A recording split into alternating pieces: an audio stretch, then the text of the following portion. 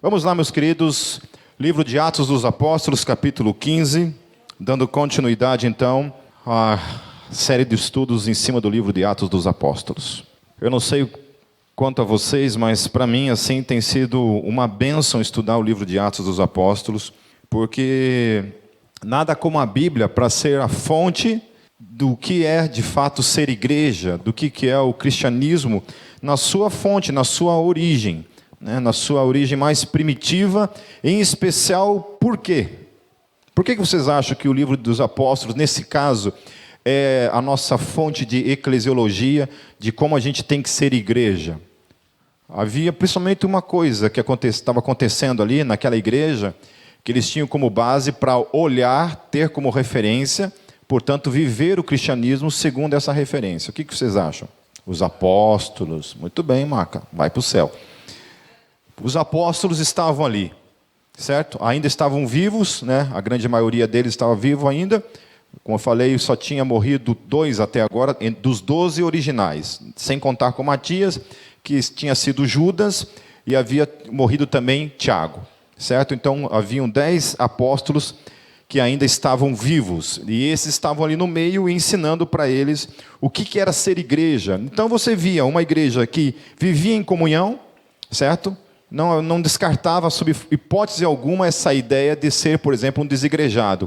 Uma pessoa que não está em comunhão com um grupo de pessoas, certo? Não precisa ser necessariamente uma denominação, mas tem que estar em comunhão com um grupo de pessoas. Era uma igreja que também orava, e orava muito. Portanto, por orar muito, era uma igreja guiada pelo Espírito Santo, em todas as coisas, desde a operação de milagres, por exemplo, que é uma coisa que a gente não vê muito comumente, né? No dia a dia a gente acaba não vendo muito milagre. Talvez a razão disso seja essa, primeiramente. Talvez oramos pouco, talvez precisamos orar mais. Amém? Era uma igreja que evangelizava, certo? Ia mesmo, pregava o evangelho diante das dificuldades, das barreiras. Não haviam barreiras que impediam o evangelho de ser anunciado.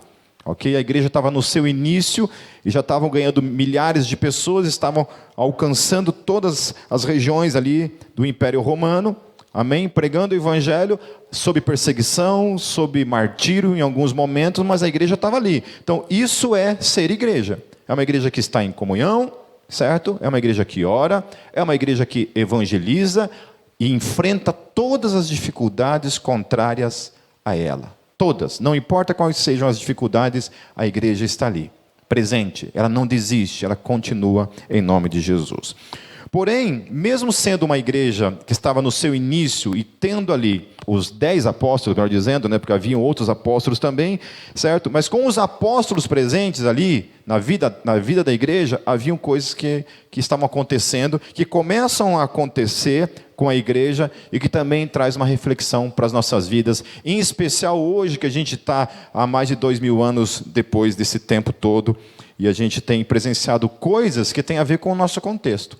Então, o capítulo de hoje vai tratar do maior inimigo da fé cristã. O que vocês acham? Qual é o maior inimigo da fé cristã? O maior inimigo da fé cristã é uma coisa chamada legalismo, certo? Nós vamos tratar um pouco sobre isso. Então, o título dessa pregação é Os Inimigos da Graça. Vamos lá, a partir do versículo 1, Atos capítulo 15. Diz assim o texto: Alguns homens desceram da Judeia para Antioquia e passaram a ensinar aos irmãos: se vocês não forem circuncidados, conforme o costume ensinado por Moisés, não poderão ser salvos. Amém? Então, Paulo tem todo um trabalho, nós estivemos vendo domingo passado, na primeira viagem missionária de Paulo. Paulo viaja, né, por aquelas cidades, prega o evangelho, anuncia Jesus para todas aquelas cidades, certo? Está lá em Antioquia e vem um grupo de irmãos em Cristo Jesus, chega a Antioquia e começa a falar uma coisa que é contrária àquilo que Paulo e Barnabé tinham ensinado.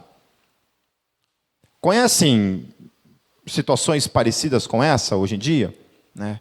Que de repente, né, tem uma igreja ali perto do, não vou chamar de igreja, vou chamar de uma seita, porque de fato é uma seita, ali perto do Guadalupe. Esses dias eu estava ali na 15, ali esperando a Kátia que estava vendo uma coisa ali, eu esperando, e eu vi um pessoal evangelizando ali.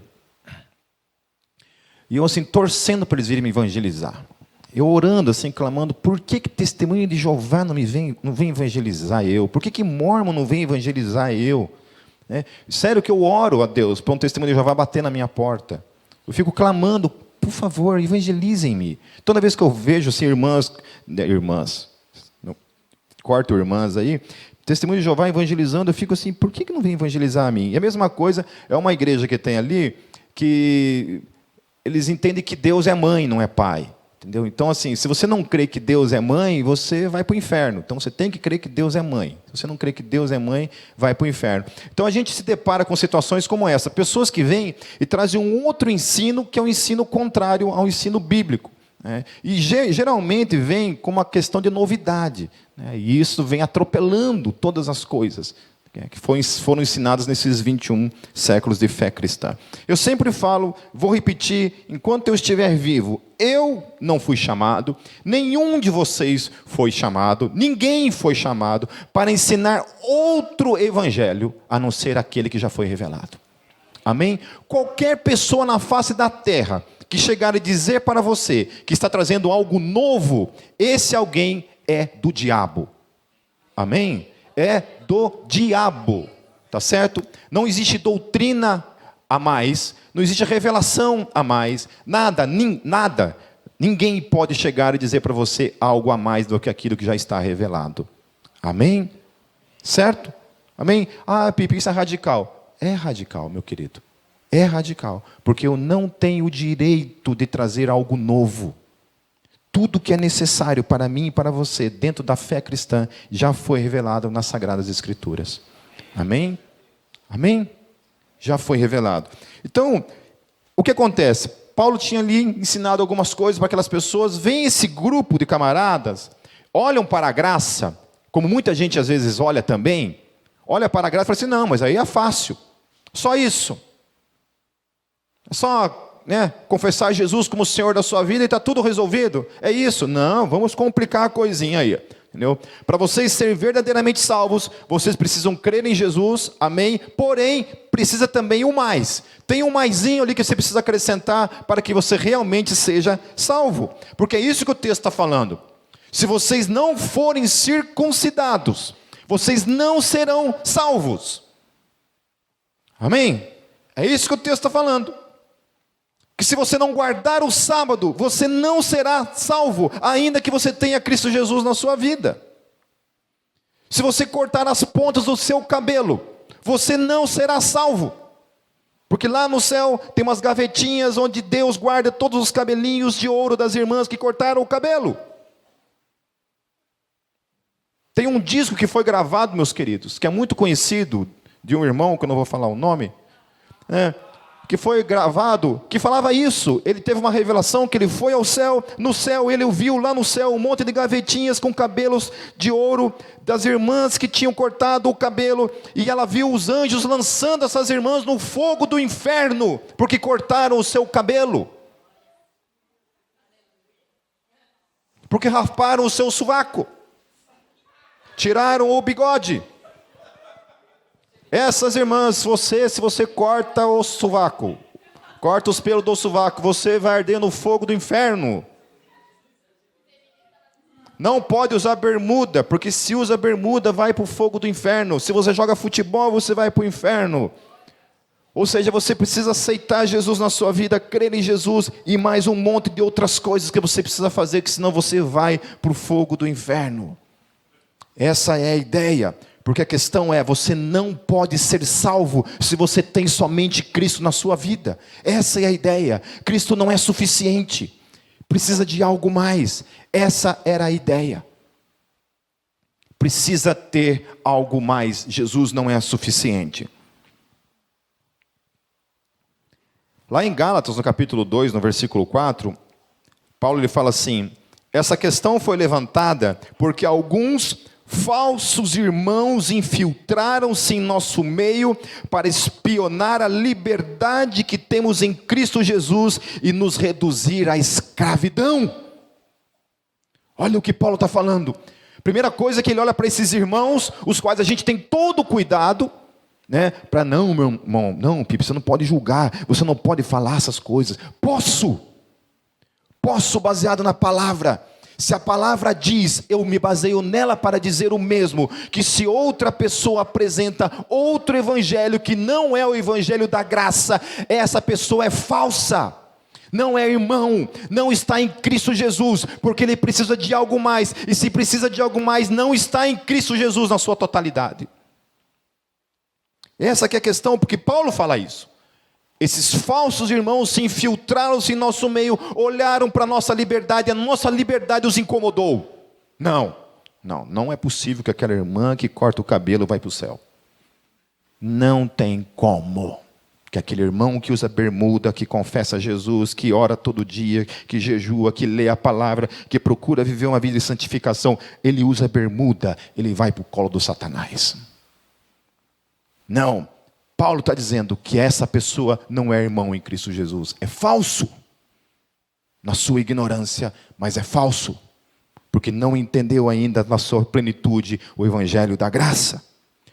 Paulo ele continua ainda no capítulo 2, no versos 11. Leia comigo, meus queridos, para vocês entenderem em nome de Jesus, porque isso é a coisa mais difícil de entender na fé cristã. A graça de Deus. A salvação. Como ela se manifesta na minha vida e na tua vida. Por que eu e você somos salvos? Por que eu tenho a convicção e posso dizer todos os dias que eu sou salvo? Por que eu posso dizer isso? Paulo fala no capítulo 2, a partir do versículo 11, ele diz assim: quando, porém, Pedro veio a Antioquia, desculpa, queridos, isso daqui ainda diz respeito a todo o contexto ali do que estava acontecendo. Capítulo 2 ainda, a partir do versículo 11. Gálatas, tá? Ainda dizendo respeito a essa questão da postura desses irmãos dentro da igreja. Quando, porém, Pedro veio a Antioquia, enfrentei-o face a face por sua atitude condenável. Olha só, Paulo está condenando a atitude de Pedro. Pois antes de chegarem alguns da parte de Tiago, ele comia com os gentios. Quando, porém, eles chegaram, afastou-se e separou-se dos gentios, temendo os que eram da circuncisão.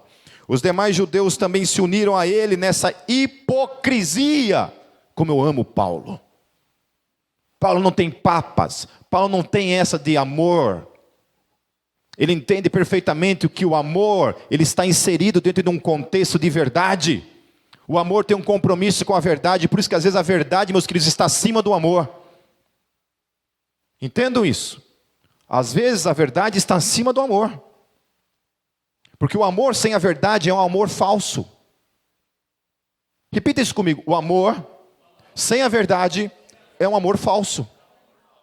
Ou não é? É verdade. Um amor sem a verdade, ele é falso. Assim como a verdade sem o amor também não é o ideal. Mas tem que existir amor sustentado na verdade. Então Paulo chama Pedro e repreende a todos eles nessa hipocrisia. Olha o que ele fala: até Barnabé se deixou levar. Até Barnabé, que caminhava com Paulo, que tinha pregado o evangelho para os gentios, quando se depara com a situação de virem aqueles que pregavam a circuncisão, eles têm vergonha dos gentios, os quais eles tinham pregado o evangelho, e eles se afastam e vivem isoladinho entre os judeus circuncisos. Os legalistas, aqueles que não se bastavam apenas na graça, que precisavam de algo mais, até Pedro e Barnabé são movidos por isso. Então a gente olha para a igreja primitiva, ainda que uma igreja sustentada sobre a doutrina dos apóstolos, a gente olha para a vida de Pedro e fala: Pedro, até você não entendeu. É por isso que eu sempre digo, meus queridos, que se não fosse Paulo no coração da igreja, se Deus não tivesse levantado o apóstolo Paulo, provavelmente, se não fosse a soberana graça de Deus para com todos nós, o cristianismo tinha voltado para o judaísmo em pouco tempo. Ou, no mínimo, teria vivenciado um judaísmo cristão, como muita igreja tem por aí hoje vivendo. Um cristianismo judaizante, um cristianismo judaico, onde se usa estrela de Davi como símbolo, achando que aquilo ali é o símbolo do cristianismo, e não é. Volto a falar, meus queridos, sem medo de ser feliz. A religião judaica é inimiga da fé cristã. Por que que é? E estão todos condenados, porque não creem que Jesus é o Cristo. Eu não estou dizendo que todos os judeus vão para o inferno, mas só não vão para o inferno aqueles que confessam que Jesus é o Senhor e Salvador das suas vidas. Porque diante de Deus não há mais diferença entre gentios e judeus. Somos todos iguais, condenados, separados da sua glória e que necessitamos da graça em Cristo Jesus. Quando vi que não estavam andando de acordo com a verdade do Evangelho, olha só, eles não estavam andando de acordo com a verdade. Declarei a Pedro diante de todos: você é judeu, mas vive como gentio e não como judeu. Portanto, como pode obrigar gentios a viverem como judeus? Nós, judeus de nascimento, e não gentios pecadores, sabemos que ninguém é justificado pela prática da lei, mas mediante a fé em Cristo Jesus, aleluia.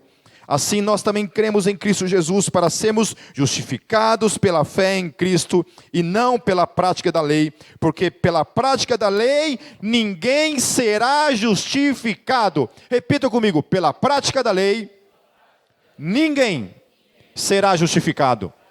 Amém? Entendam isso em nome de Jesus.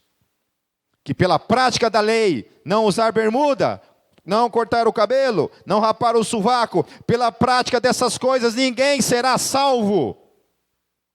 Só será salvo porque crê em Cristo Jesus unicamente, ponto final. É pela graça, meus queridos. Eu escrevi um texto ontem falando sobre essa questão do assassinato, né? Porque aconteceu aquela tragédia naquela escola e aquilo lá virou palanque político dos imbecis. Aquilo virou palanque político para dizer que a culpa é de determinado fulano, a culpa é da mídia, a culpa é da política, a culpa é da família, a culpa é de fulano, a culpa é de Filtrano, né? Falei, queridos, a culpa é do videogame, especialmente do videogame, né? Alguém é culpado por aquilo ter acontecido. Essas pessoas esquecem da história da humanidade, esquecem o que é o ser humano, o que acontece. Você não assiste jornal todo dia? Liga lá o jornal todo dia, para você ver quantos e quantos assassinatos, mortes. Eu nunca ouvi falar tanto, meus queridos, em feminicídio como tem acontecido agora. Sei lá o que está acontecendo. Parece que todo mundo ficou endemoniado. Falei, queridos, isso diz respeito à minha natureza, a quem eu sou. Alguém aqui nunca teve vontade de matar alguém na vida? Levanta a mão. Principalmente os casados. Alguém nunca teve vontade, aquela vontadinha de matar alguém? Nunca teve? Então vocês sabem do que eu estou falando. Por que a gente não mata, querido? Graça pura. Pode apostar. É graça pura. Hein? Porque olha, várias vezes eu bati perto disso. Eu estive perto disso. Inclusive alguns de vocês aqui. Inclusive. Então, pela prática da lei, ninguém será justificado. Porque pensa só, se a prática da lei, por exemplo, é não adulterarás, ponto, certo? Quem adultera pela lei está condenado. Amém? Ponto. Aí você pensa assim, poxa vida, mas eu, graças a Deus, nunca adulterei. Então, portanto, eu nunca adulterei e serei salvo porque eu nunca adulterei. Mentira. Esse é o pior engano que muita gente tem acerca da salvação. Watchman Nee, num livro chamado Vida Cristã Normal, o qual eu dei uma série de pregações em 2008, se não me engano, 2010. Nesse livro ele fala a diferença entre duas coisas. Primeira coisa, você não é pecador porque você comete pecados. Isso é um engano. Ninguém aqui que está nesse lugar é um pecador porque comete pecados. Porque a gente tem a mania de dizer isso. Não, eu sou um pecador. Por que você diz? Não, porque eu cometo pecados. Não. Você é um pecador porque você nasceu pecador. Você e eu nascemos separados da glória de Deus desde a concepção. A gente já, quando aquele espermatozoide fecunda aquele óvulo, aquele ser humano ali que é fecundado, aquele ali está separado da glória de Deus. Ele não fez nada. Ele não cometeu um único pecado na vida dele, mas ele já é um pecador separado da glória de Deus. É isso que a Bíblia fala. Não é isso que Davi fala? Em pecado eu fui concebido. concepção, no que eu fui, no momento da minha geração, eu fui gerado um pecador. Essa que é a verdade. A gente foi gerado um pecador. Então a gente nasce pecador. E esses impulsos da nossa vida, quando a gente nasce no dia a dia, né, eles se revelam muitas vezes. E aí vai da dimensão de cada um, vai a forma como você é criado, né? O esforço dos nossos pais no dia a dia é matar as nossas vontades pecaminosas, como crianças que somos. C.S. Lewis ele fala isso, que o papel dos pais é matar essas inclinações pecaminosas dos filhos. Ele fala isso. Nós somos egoístas quando a gente nasce. O que uma criança faz quando o pai e a mãe não faz a vontade dele? Ele fica feliz, vai orar, para que Deus faça a vontade dele na vida dele. Ele fala assim, Jesus, seja feita a tua vontade. Ele fala assim? Não, né? Não é isso que ele faz, certo? Ele mete a boca no trombone, meu querido, mas chora mesmo, entendeu? E aí o que você faz? Ou você faz a vontade dele, alimentando ainda mais o egoísmo na vida dele, ou você faz uma outra coisa. O que você faz?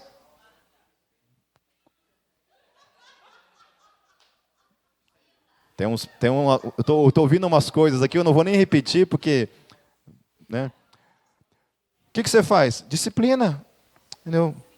Tem que colocar em disciplina. Alguma coisa precisa acontecer. A Bíblia fala, inclusive, que o pai que não corrige o filho o odeia. Odeia.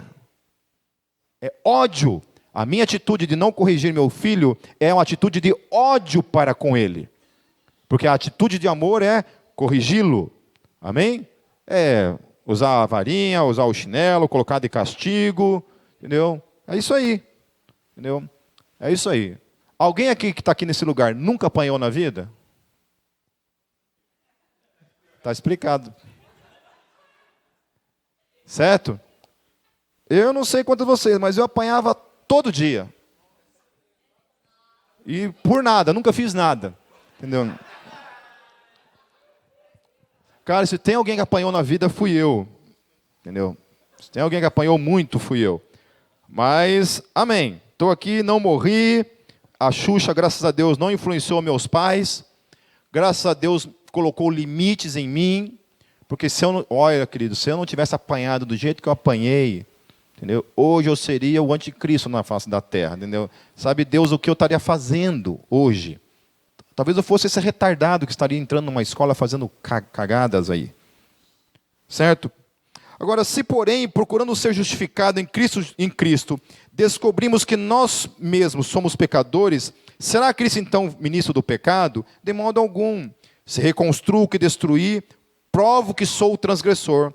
Pois por meio da lei eu morri para a lei, a fim de viver para Deus. Fui crucificado com Cristo, assim já não sou eu quem vive, mas Cristo vive em mim. A vida que agora vivo no corpo, vivo-a pela fé no Filho de Deus, que me amou e se entregou por mim. Não anulo a graça de Deus, pois se a justiça vem pela lei, Cristo morreu inutilmente. Amém? Se a justiça vem pela lei, meu querido, se a justiça vem pelas coisas que eu faço ou deixo de fazer, para que Jesus? Para que Jesus? Para quê? No versículo 2, voltando lá em Atos dos Apóstolos, no capítulo 15, isso levou Paulo e Barnabé a uma grande contenda e discussão com eles. Assim, Paulo e Barnabé foram designados, juntamente com outros, para irem a Jerusalém, tratar dessa questão com os apóstolos e com os presbíteros. O que eu gosto no versículo 2 é essa palavra discussão. Porque hoje se é proibido discutir. Tem gente que fala assim, eu não gosto de discutir. Discuta em nome de Jesus. Quando questões ligadas à palavra, meu querido, ligadas à verdade, estão em jogo, você deve discutir. Você deve colocar na mesa e falar assim, não, eu discordo, isso não é a verdade está aqui, e vá para a palavra em nome de Jesus. Chega desse mundo que vem e vomita todo tipo de doutrina, e nós assistimos a tudo isso e não discutimos isso. Comigo não tem essa, meu querido. Eu oro todo dia para ter uma discussão. Eu acordo fervendo, querendo uma discussão. Eu quero, em nome de Jesus, sabe, lidar com a verdade, em nome de Jesus. Aonde é necessário falar, a gente precisa falar, em nome de Jesus. Amém? Nós não podemos assistir as coisas serem feitas, serem ditas, e a gente fica de braços cruzados em relação a isso. Tem gente que assim, a gente vai discutir, claro que a gente vai discutir coisas que valem a pena serem discutidas. Tem coisas que, compete a cada um. Até ontem eu estava discutindo uma questão ali, de teológica ali, mas aí eram entre amigos, a gente só discutindo no sentido positivo da coisa ali, discutindo uma questão bíblica ali, mas ninguém brabo com ninguém, só discutindo uma questão ali. Agora, tem vezes que é isso. Você já pensou se Paulo e Barnabé tivessem ficado quietos, não discutido a questão? Vocês acham que ele deveria ter feito isso? Simplesmente assistido aquilo tudo, os caras vindo lá, falar sobre circuncisão, colocar isso no coração da igreja e estava tudo certo. Não, tudo bem, não vamos discutir, cada um tem a sua interpretação, é isso, não é isso que se diz? Que cada um tem a sua interpretação, essa é a interpretação deles, amém? Não, Paulo não tem essa interpretação, vocês estão errados. Vamos discutir isso aqui na palavra, e vocês vão ver o que acontece em seguida. Versículo 3, a igreja os enviou, e ao passarem pela Felícia e por Samaria, contaram como os gentios tinham se convertido. Essas notícias alegravam muito a todos os irmãos. Chegando a Jerusalém, foram bem recebidos pela igreja, pelos apóstolos e pelos presbíteros, a quem relataram tudo o que Deus tinha feito por meio deles. Então se levantaram alguns do partido religioso, dos fariseus que haviam crido, e disseram: é necessário circuncidá-los e exigir deles que obedeçam à lei de Moisés. Então olha o que o texto está falando. Eram fariseus que haviam se convertido, certo? Supostamente se convertido ou crido no evangelho, e esses caras então estavam ensinando a esses cristãos que tinham sido salvos pela graça, que estavam condenados pela lei, certo? Que se converteram à fé cristã e agora estavam em Cristo Jesus, usufruindo da sua liberdade em Cristo Jesus, não mais condenados pela lei, vivendo ali, e esses caras vêm e querem trazer uma nova condenação sobre a vida deles, porque eles não estão obedecendo à lei de Moisés. É isso que está acontecendo. Versículo 6, os apóstolos e os presbíteros se reuniram para considerar essa questão. Depois de muita discussão, Pedro, o que eu acho profundo é isso aqui, que quem se levanta para dizer alguma coisa, Pedro. O que tinha acontecido antes com Pedro em relação a Paulo? Paulo tinha chegado a ele e exortado a ele, falado o que para ele? Falei: olha, Pedro, você está trazendo sobre os cristãos, sobre os gentios, uma coisa que não compete, porque nem você vive mais isso. Você é um judeu que vive como um gentio. Como você quer exigir que um gentio viva uma coisa que nem você não vive mais, porque agora você é cristão? Paulo tinha ensinado Pedro a respeito disso. E agora quem se levanta? Então Pedro e Barnabé vão até Jerusalém, tem a discussão lá. Pedro é o cara que se levanta. Levantou-se e dirigiu-se a eles: irmãos, vocês sabem que há muito tempo Deus me escolheu dentre vocês para que os gentios ouvissem de meus lábios a mensagem do evangelho e crescem. Deus, que conhece os corações, demonstrou que os aceitou, dando-lhes o Espírito Santo, como antes nos tinham concedido. Ele não fez distinção alguma entre nós e eles, visto que purificou os seus corações pela fé. Como é que Deus purificou o coração dos gentios? Por meio da fé. Foi por meio da lei?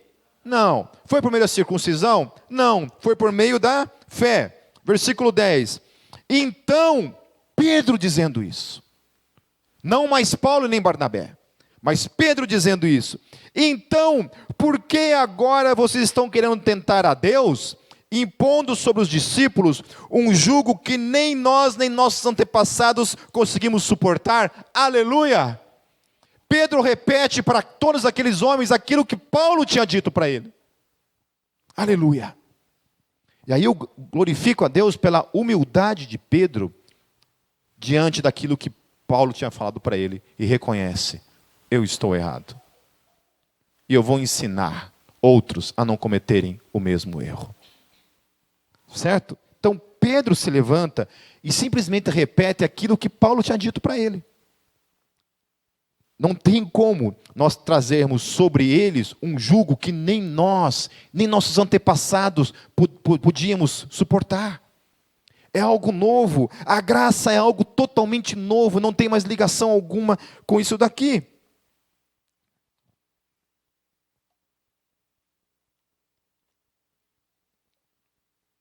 Aí no versículo 11 ele diz: de modo nenhum, cremos que somos salvos pela graça de nosso Senhor Jesus, assim como eles também. Aleluia.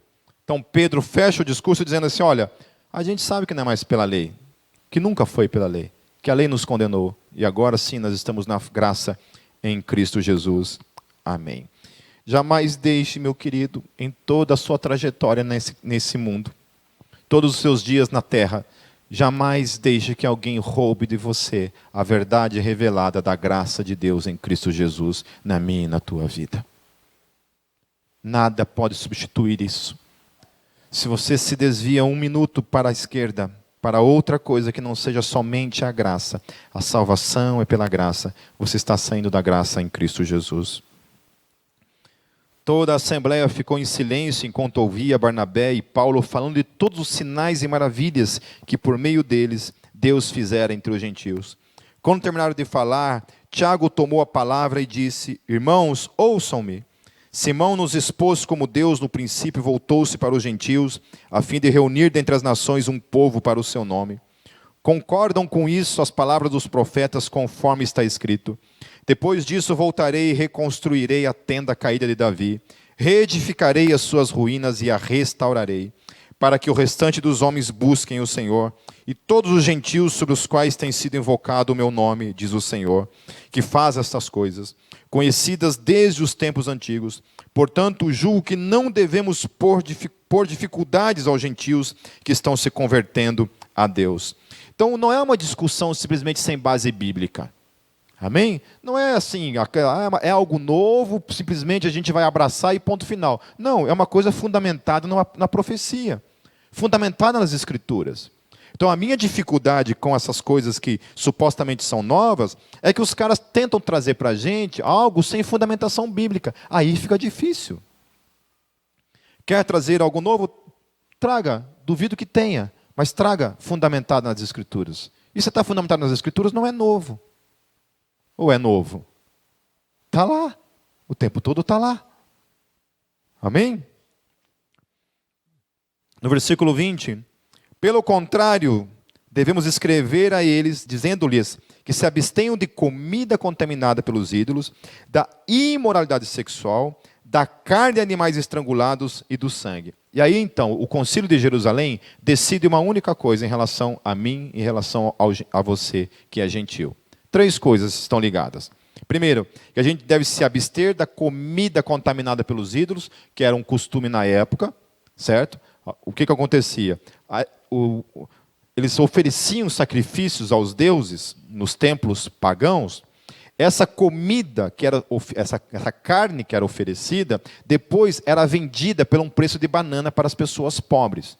Então, as pessoas iam lá, compravam essa carne para comer, porque era uma carne que podia comer, certo? Apesar de ter sido sacrificada a um ídolo, as pessoas podiam comer dessa carne, mas o judeu não.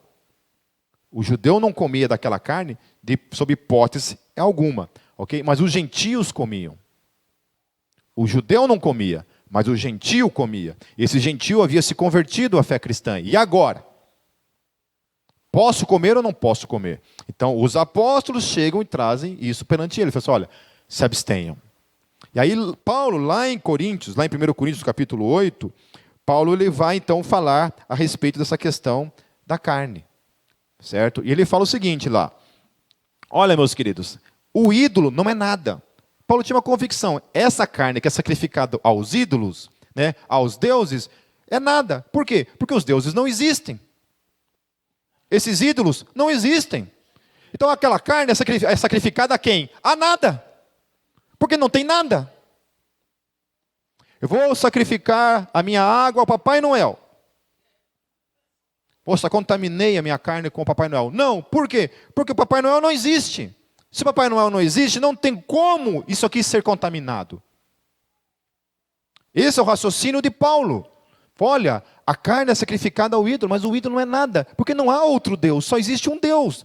Se ele ofereceu para um Deus que não é a Deus, ele ofereceu para nada. Esse é o raciocínio dele, vocês estão entendendo? Amém? Certo? Aí ele fala assim, porém, meu querido, se num ambiente que você vai lá comer, está fazendo aquele churrasco santo, daquela carne que foi oferecida, sei lá para quem, para nada, né? Está lá aquele churrasco daquela carne sacrificada ao nada, porque nada disso existe. Está lá você comendo, chega o irmão, com seu terno, sua gravata, sua Bíblia de 40 quilos embaixo do sovaco. Olha para aquela churrascada e fala assim, que bonito, né? Todo mundo no pecado, comendo carne sacrificada a ídolo.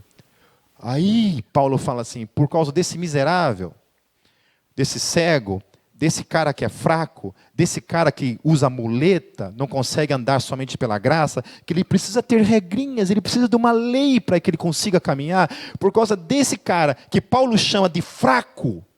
Paulo não chama de forte, Paulo não chama de inteligente, Paulo não chama de um cara liberto, Paulo chama de fraco. Por causa desse que é fraco, cuja fé é fraca, que precisa de muleta, por causa dele, você não coma. Mas unicamente por causa disso. Por amor a ele, que é fraco, não coma, se abstenha da sua liberdade. Mas volto a falar, o ídolo não é nada, não existe outro Deus. Certo? Aqueles milhares de deuses que tem na Índia, não existe. Eles não são nada. Só existe um Deus. Amém? É isso que o apóstolo Paulo está falando. Certo? Então, ainda que a igreja de Jerusalém coloca sobre os gentios essa condição, olha, não coma de carne sacrificada a ídolo, Paulo reitera isso e fala assim, não, coma, pode comer. Porém, se chegou o irmãozinho lá do escândalo, não coma. Certo? A segunda coisa é a imoralidade sexual. Se abstenha da imoralidade sexual. Porque, volto a falar, o judeu tinha uma conduta sexual muito diferente do gentil. O gentil, meu querido, era carnaval todo dia. Ali era lambança todo dia. Não tinha conversa. Certo? Agora eles vieram para Cristo Jesus e agora os apóstolos colocam sobre eles a mesma conduta que eles tinham dentro do judaísmo. A questão de uma palavra no grego chamada porneia. Repita comigo, porneia. Porneia significa imoralidade sexual. Dentro da imoralidade sexual vinha então questões como incesto, adultério, fornicação, por aí vai, certo? Homossexualidade, em todas as suas áreas, gêneros, espécies, certo? É imoral, ok? Só tem um tipo de moralidade aceita dentro da palavra sexualidade na Bíblia. A sexualidade entre o marido e esposa. Ponto. E ainda assim, dentro da sexualidade de marido e esposa, tem limites. Não é a casa da mãe Joana também. Certo? Não é a casa da mãe Joana. Eu sei que tem pastores que discordam de mim, que diz que dentro de 4 paredes, marido e mulher vale tudo. Não é bem assim que a coisa funciona. Certo? Existem restrições. Mas amém? Então, está ali, ó, o limite, a imoralidade sexual. Então não adianta negociar. Não adianta querer ser uma igreja contemporânea, negociar isso. Não é verdade. Certo? E Paulo também vai reiterar essa questão, que no que diz respeito à moralidade sexual, é inegociável. Não tem negociação. Amém?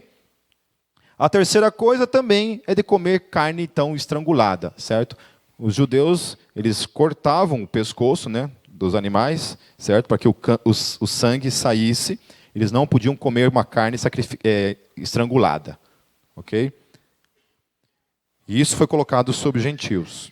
Como Deus lida com isso hoje, eu acho que isso não tem mais uso algum dentro do nosso contexto, até porque a maioria de nós comemos carne sufocada, né? Nem sufocada, é eletrocutada, né?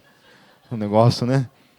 Eu não sei, eu não gosto de ficar vendo bicho morrendo. Eu posso usufruir da carne, mas vê-los morrendo eu não gosto.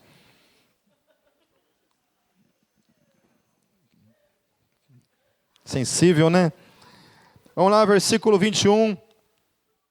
Pois desde os tempos antigos, Moisés é pregado a todas as cidades, em todas as cidades, sendo lido nas sinagogas, todos os sábados. Então os apóstolos e os presbíteros, com toda a igreja, decidiram escolher alguns dentre eles e enviá-los a Antioquia, com Paulo e Barnabé. Escolheram Judas, chamado Barsabás, e Silas, 2 líderes entre os irmãos. Com eles enviaram a seguinte carta: os irmãos apóstolos e presbíteros, aos cristãos gentios que estão em Antioquia, na Síria e na Cilícia, saudações. Sabemos que alguns saíram de nosso meio sem nossa autorização e os perturbaram, transtornando suas mentes com o que disseram. Aleluia!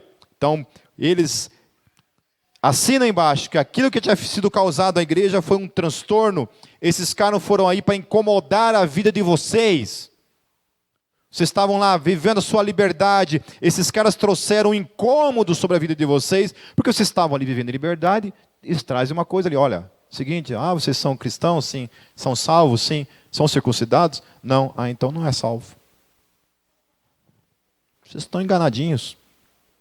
Paulo e Barnabé não fizeram o trabalho bem certinho com vocês aí, certo? Vamos conversar aí. Vocês, para serem salvos, vocês precisam ser circuncidados. Uma vez eu estava numa loja, assim, saí, tinha 2 irmãos na frente da loja. Eu saí e foram evangelizar. Eu falei, não, eu já sou cristão. Eles olharam para mim assim, não é não? Eu falei, sou sim. É não, filho. Sou sim. Por que eu não sou? Porque você tem cabelo comprido. Eu falei, então tá, deixa eu te explicar por que a Bíblia fala sobre cabelo comprido. Dei uma aulinha de teologia básica. Que então tá. Assim, você tem que explicar. Desenhadinho, assim. Você desenha e explica bem certinho para as pessoas como é que a coisa funciona. Certo? Eu não aceito para a minha vida esse tipo de coisa. Entenderam? Vocês precisam caminhar, meus queridos, sempre sabendo dar a resposta da razão da sua fé. Amém? Porque a pior coisa que tem é esse bando de crente que não sabe defender a sua fé. Mês de abril, nos sábados, a gente vai ter aqui aula sobre exegese, hermenêutica e homilética. Todos os sábados, certo?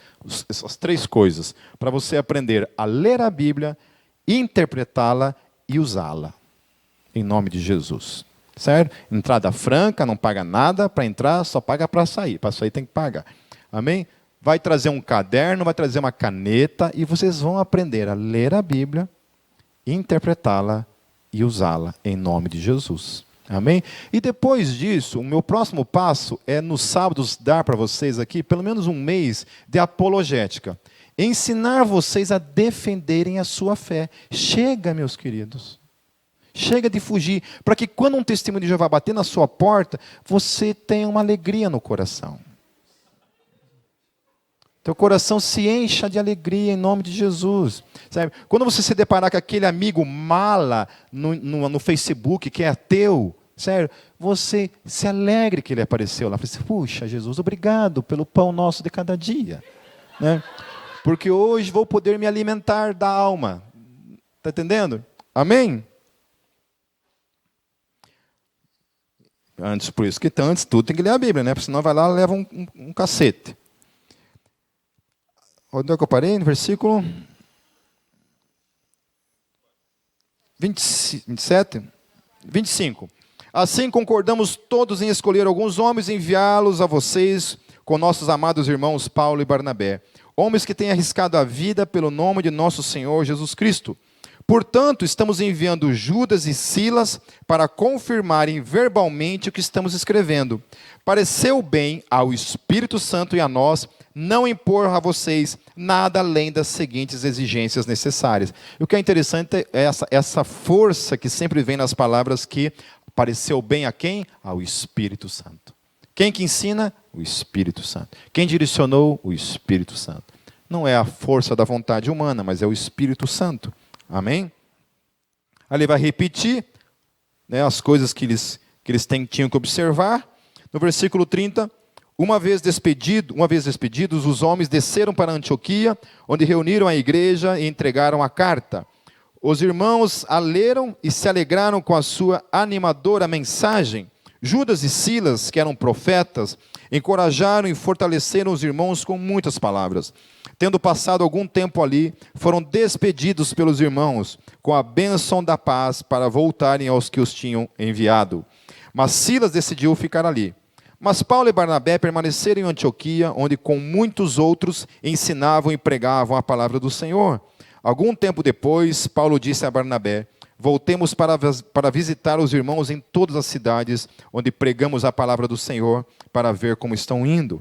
Barnabé queria levar João, também chamado Marcos, mas Paulo não achava prudente levá-lo, pois ele, abandonando-os na Panfilha, não permanecera com eles no trabalho. Lembra que na semana passada, quando estava falando sobre a viagem de Paulo, João Marcos tinha abandonado e voltado? Então está aqui o motivo.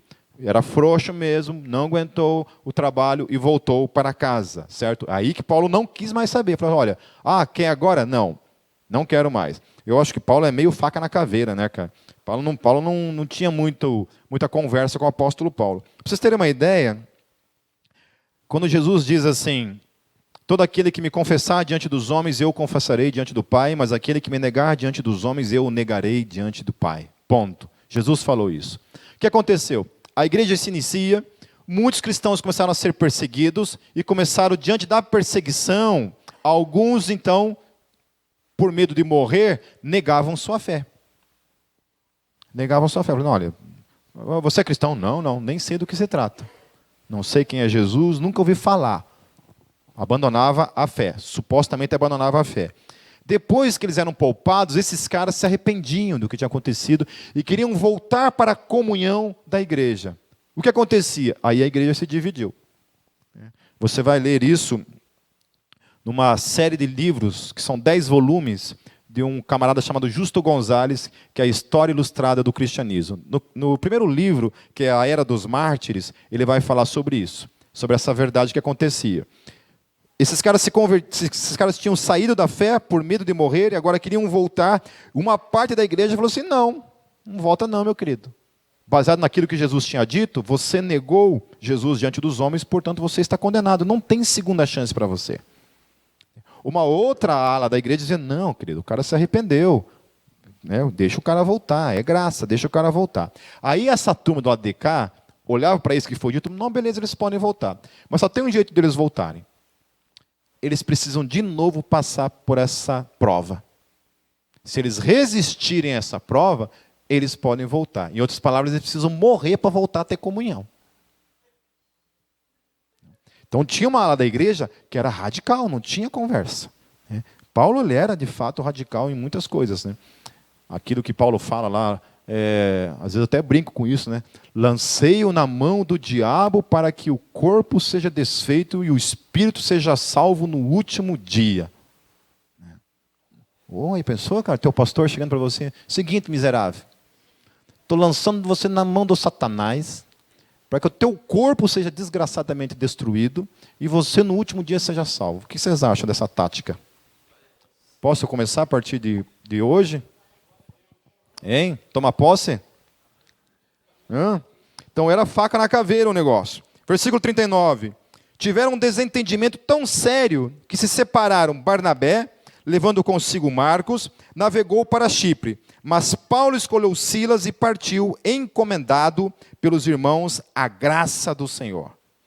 Passou então pela Síria e pela Cilícia, fortalecendo as igrejas. Então tem um racha no ministério Paulo e Barnabé. Paulo não quer mais caminhar com João Marcos. Ele discute com Barnabé em relação a isso. Barnabé falou, não, então deixa que João Marcos vai caminhar comigo. Paulo então pega Silas e fundamenta então 2 movimentos missionários, o que foi bom.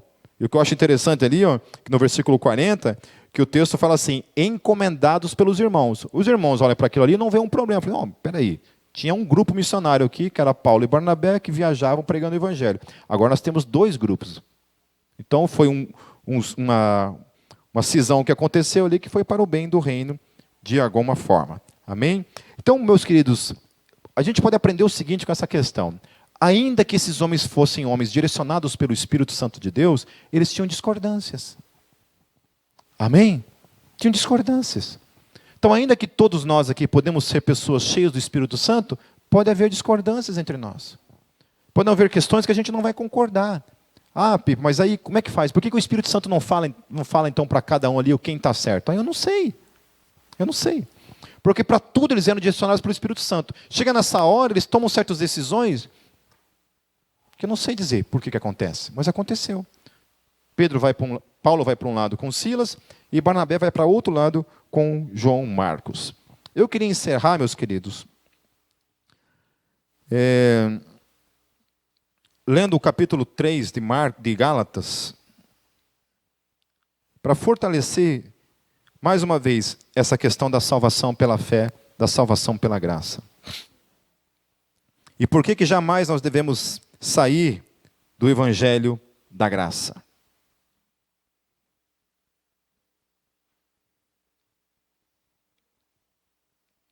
Diz assim: ó Gálatas insensatos, quem os enfeitiçou? Não foi diante dos seus olhos que Jesus Cristo foi exposto como crucificado?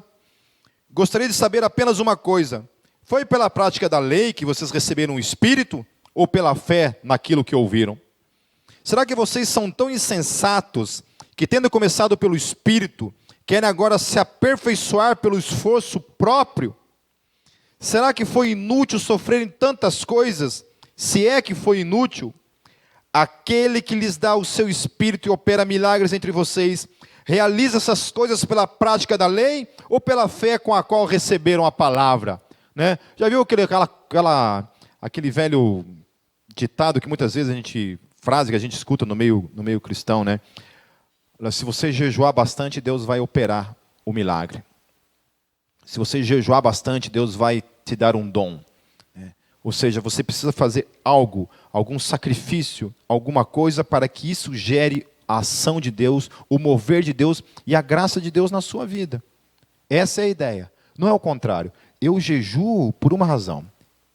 Eu jejuo porque eu quero ser mais cheio de Deus. Porque eu entendo que ao enfraquecer certas capacidades na minha vida, eu fico mais suscetível à ação de Deus na minha vida. Amém? Eu quero estar cheio de Deus, então eu preciso esvaziar de mim para ser cheio de Deus. Essa é a ideia do jejum. Não é a ideia de que olha Deus, olha como eu estou passando fome, então, por favor, atenda Deus. Atenda o que eu estou te pedindo, porque olha a fome que eu estou passando. Não é essa a ideia. Certo? Vou fazer jejum de televisão. Olha Deus, quantos dias eu estou sem assistir televisão, Deus, atenda o meu clamor. Não, não é essa a ideia. Amém? Deus, eu estou jejuando tantos dias, então me dá o dom de línguas por causa disso. Também não é essa a ideia.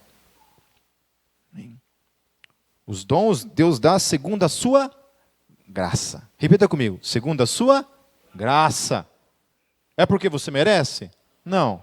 É porque você quer? Não. Não. Eu não pedi. Eu não falei, Deus, me dá tal dom. Não. Vem com o pacote todo. Considere o exemplo de Abraão, ele creu em Deus, lhe foi imputado como justiça, e sejam certos, portanto, de que os que são da fé, esses é que são os filhos de Abraão, prevendo a Escritura que Deus justificaria pela fé os gentios, anunciou primeiro as boas novas a Abraão, por meio de você todas as nações serão abençoadas. Assim os que são da fé são abençoados juntamente com Abraão, homem de fé. Já os que são pela prática da lei estão debaixo de maldição. Estão debaixo de maldição. Quem vive pela prática da lei estão debaixo de maldição, pois está escrito: maldito todo aquele que não persiste em praticar todas as coisas escritas no livro da lei. Quer viver pela lei? Viva, mas ai de você se você não obedecer 100% dela. E aí ninguém é louco o suficiente para chegar a essa conclusão de que vive 100% aquilo que a lei ordena. Ou vive? Não. Ainda que possa viver, eu duvido viver um dia. Mas ainda que possa viver um dia, se em algum ponto na sua existência aqui na Terra, você vivenciou aquilo, você está condenado. E volto a falar a questão. Se lá no ventre da minha mãe eu já fui concebido em pecado, eu já estava separado da glória de Deus, certo? Separado da glória de Deus, ou não? Sim. Ou vocês acham que eu só me torno um pecador, eu nasço santo, não estou separado da glória de Deus, aí um dia, quando criança, alguns falam que não tem consciência, portanto não é pecado, aquela criança comete o pecado, portanto a partir daquele ponto, aí agora ela está separada da glória de Deus? Não, né? Certo? Então, a partir do momento em que eu sou concebido, por isso que eu não creio nesse negócio que se fala que criança quando morre vai para o céu, isso não existe nas Escrituras. Não existe nas Escrituras. Você pode até concluir comigo o seguinte: Pipe, uma criança tem pecado, se ela morre ou no ventre ou fora do ventre, não importa a idade que for. Certo? Se ela morre, uma criança morre, se ela vai para o céu, ela só vai para o céu diante de uma única condição, meu querido. O que costumeiramente falando, a gente ouve quando se fala de uma criança que morre ou no ventre ou depois do ventre? Quando uma criança morre, por que ela vai para o céu? O que costumeiramente falam? Que ela não tem pecado. Ah, por que ela vai para o céu? Porque ela não tem pecado. Não. Porque a Bíblia fala que todos nós fomos concebidos em pecado. Paulo fala que todos foram separados da glória de Deus. Todos. Todos. Se são salvos por uma única razão.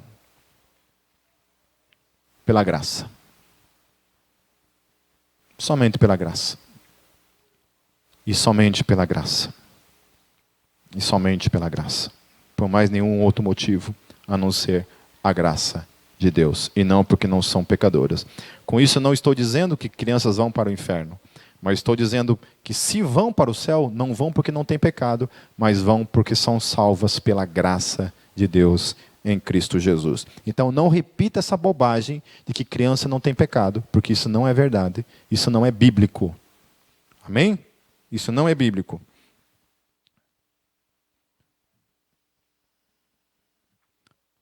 É evidente que diante de Deus ninguém é justificado pela lei, pois o justo viverá pela fé. A lei não é baseada na fé, pelo contrário, quem praticar essas coisas, por elas viverá.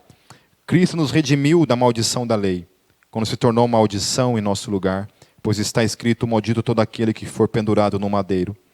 Isso para que em Cristo Jesus a bênção de Abraão chegasse também aos gentios, para que recebêssemos a promessa do Espírito mediante a fé. Amém. Amém, meus queridos. Eu clamo a Deus para que todos nós, enquanto estivermos caminhando nesse mundo, caminhamos unicamente na graça do Senhor Jesus Cristo. Amém? Caminhe na graça. Caminhe, tenha essa convicção todos os dias que não é mérito, não é por as coisas que eu faço. O que é tremendo dentro da fé cristã é essa presença do Espírito constante na nossa vida que nos direciona, que nos encaminha todos os dias a vivermos uma vida segundo o coração de Deus. É isso. Então, hoje nós vivemos a lei pela graça. É a graça pura de Deus. Então, eu caminho não cometendo certas coisas porque Deus manifesta em mim o seu Espírito. É o contrário aqui. Aqui eu procuro fazer coisas para que Deus me receba. Só que essas coisas me condenam ainda mais porque eu não consigo vivenciá-las na minha vida. E, portanto, eu continuo caminhando todos os dias condenado, debaixo de maldição, separado da glória de Deus. Agora, quando eu estou aqui em Cristo Jesus, nada do que eu faço ou deixo de fazer muda alguma coisa. É isso. O que João condena, ele fala assim: todo aquele que vive na prática do pecado, o quê? Não conhece a Deus. É diferente. É diferente de legalismo. Legalismo fala assim: olha, se você fizer isso, você será salvo. Na graça é diferente. Na graça fala assim: aquele que não vive na prática do pecado, esse de fato conhece a Deus. Aquele que vive na prática do pecado, não conhece a Deus. Não sabe quem é Deus. Amém, meus queridos? Vamos orar? Vamos fechar nossos olhos?